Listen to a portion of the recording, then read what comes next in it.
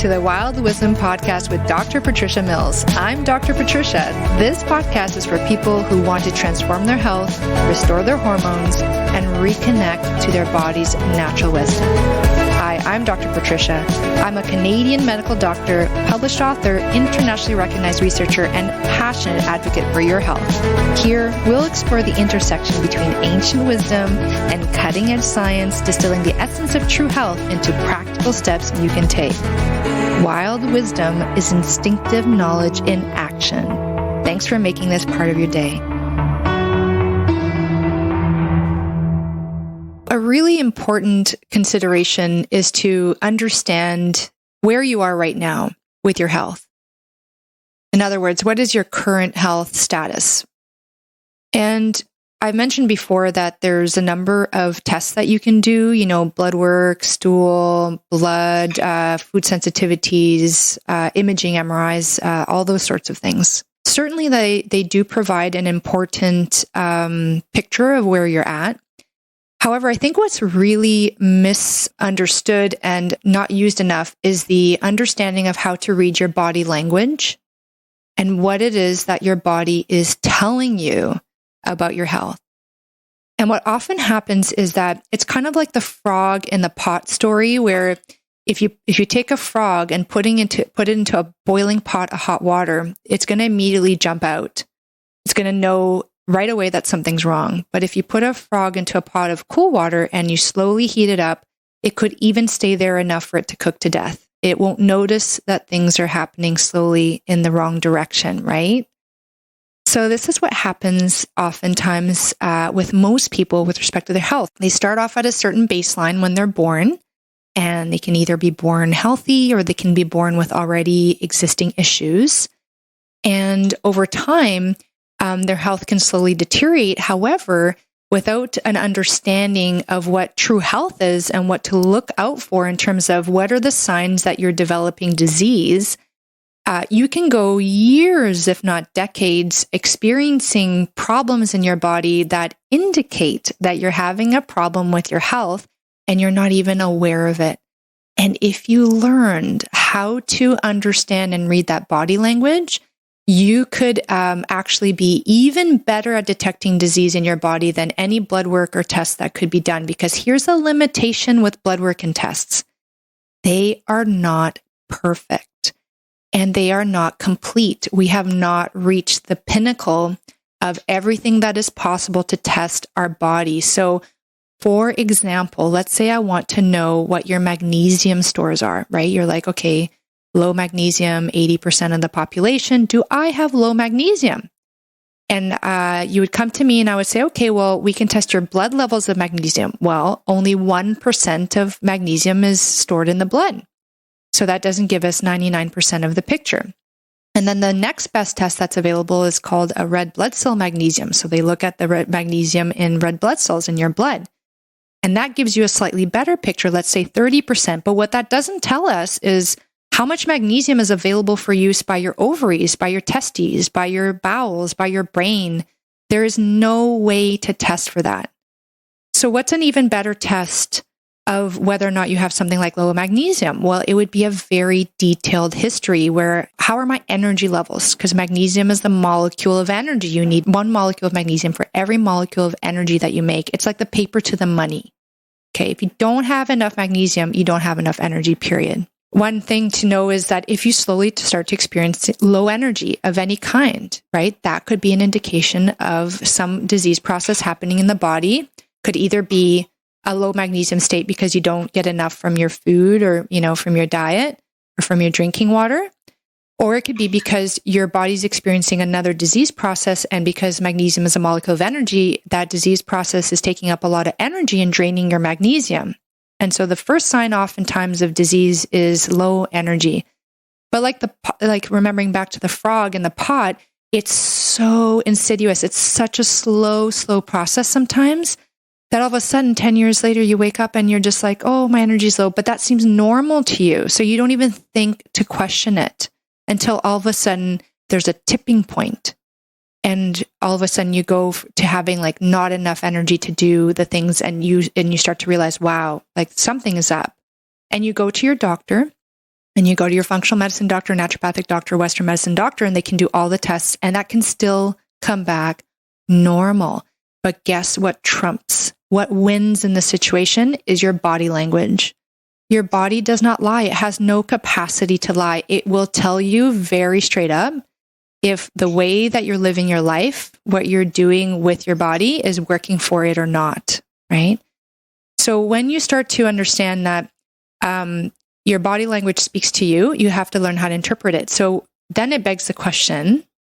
The question is, what is true health? What is the definition of true health? For example, your doctor will consider you to be healthy if you have the absence of a disease diagnosis. So if you cannot be diagnosed with diabetes or high cholesterol or cancer, they'd say, oh, you're healthy.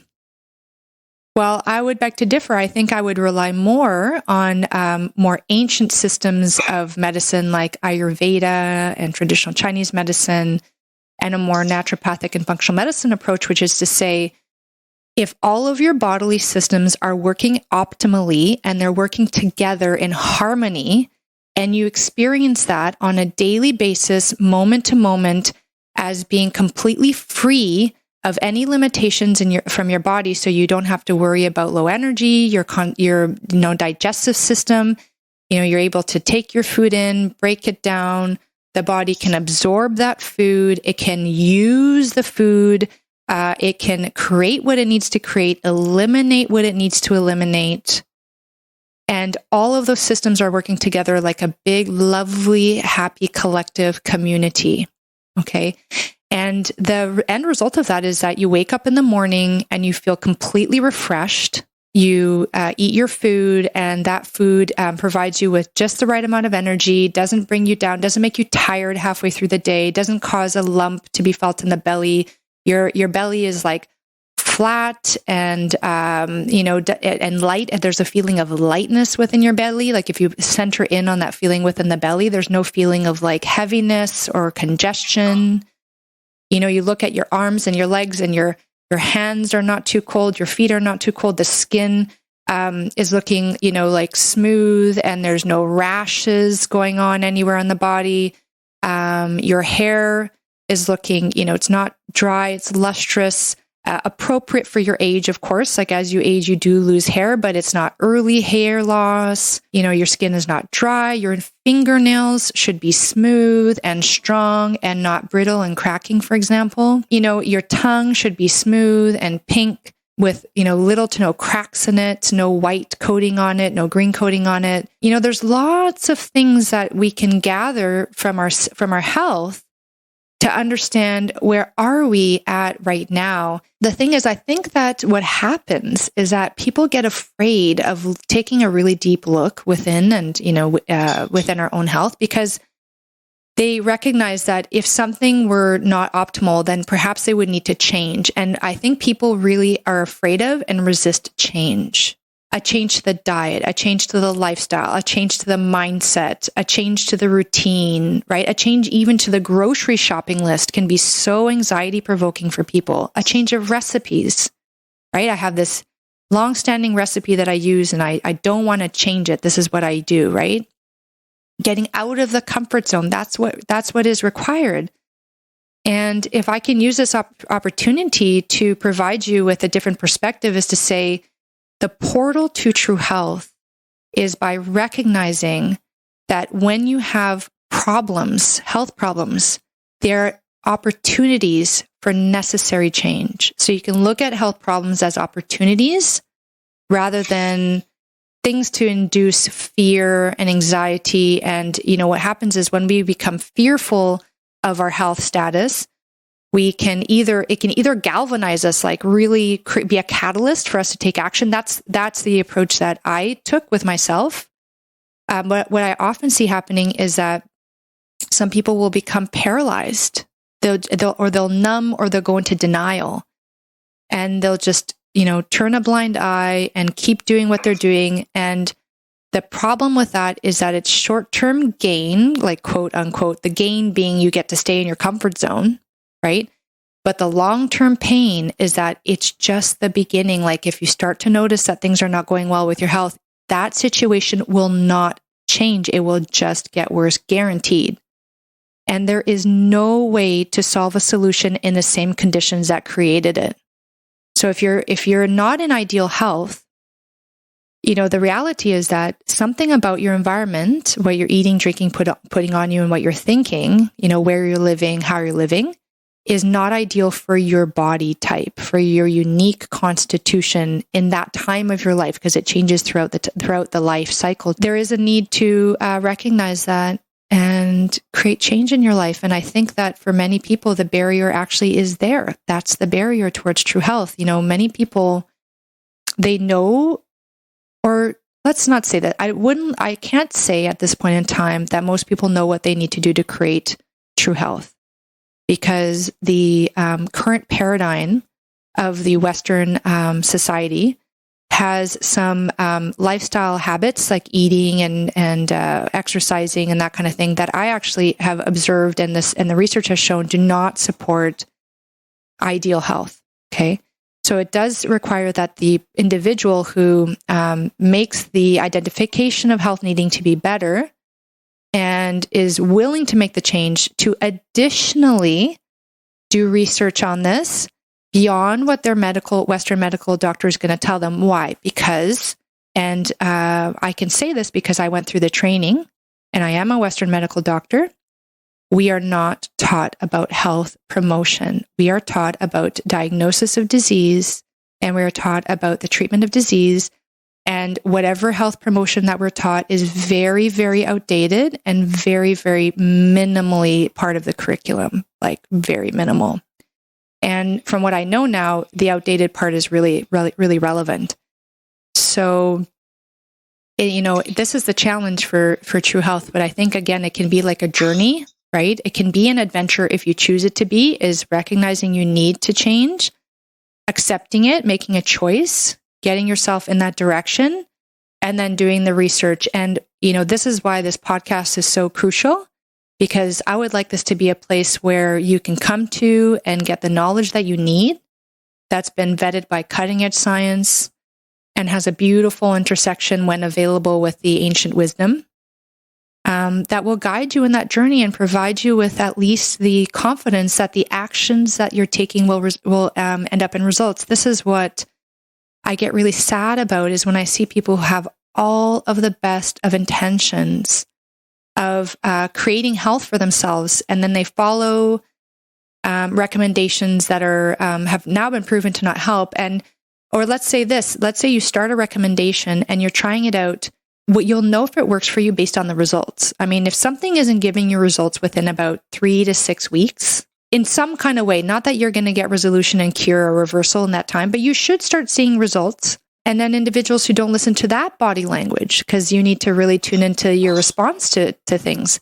And so being able to listen into your body language, decide and determine if this is the right approach for you.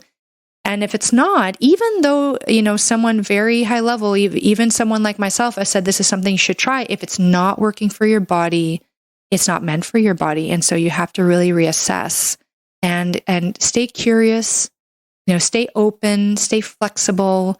And remember, health is about persistence, patience, and consistency. So it's not just a one-off.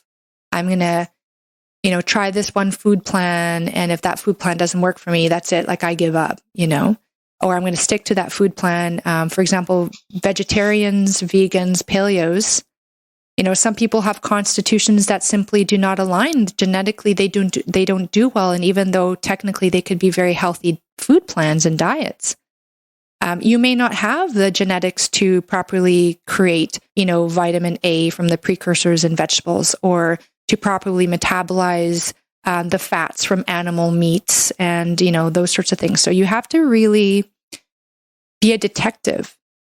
So you have to be a detective at the level of where is my health now? And then you have to be a detective at the level, what works for me, for my health personally.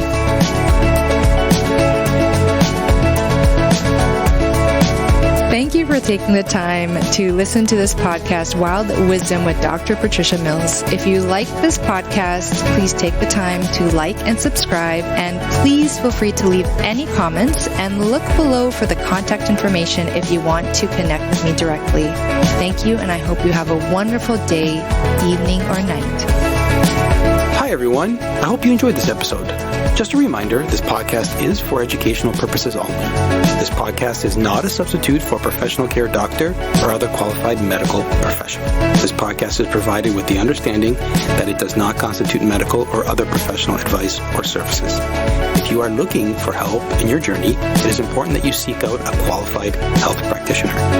If you would like to work with Dr. Patricia for her expert health transformation guidance, please email her at info@drpatriciamills.com to book a discovery call. You can also find Dr. Patricia on Instagram at Dr. Patricia Mills and Facebook at Wild Wisdom for Women with Dr. Patricia Mills, MD. For access to all of Dr. Patricia's educational videos and more amazing perks, consider becoming a Patreon member. Links are in the description of this episode. It is important to have an expert in your corner that can help you make the changes you crave, especially when it comes to your health.